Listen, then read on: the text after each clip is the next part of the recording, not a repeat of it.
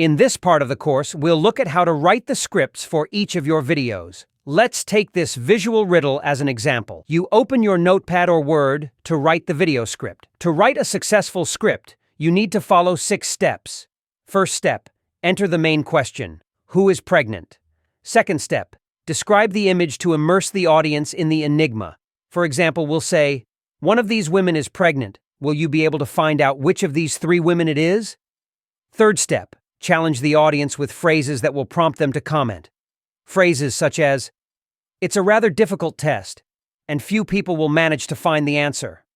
Or, you need to have a very good sense of observation to find the answer, as this is a difficult test. Or, only 1 person out of 30 manages to find the answer to this riddle. Will you succeed? These are phrases that challenge the audience and encourage them to answer. Fourth step, give instructions to the audience.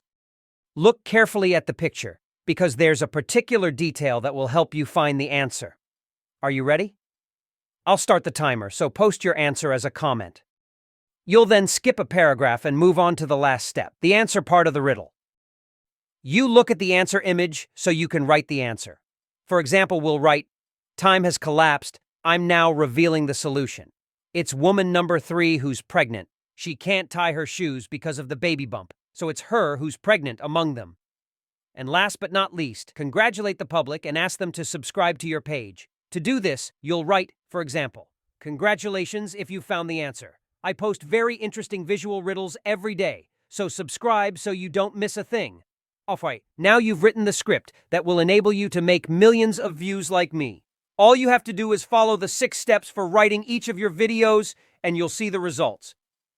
Once you've written the script, we'll move on to the artificial intelligence part. Let's go for the next one.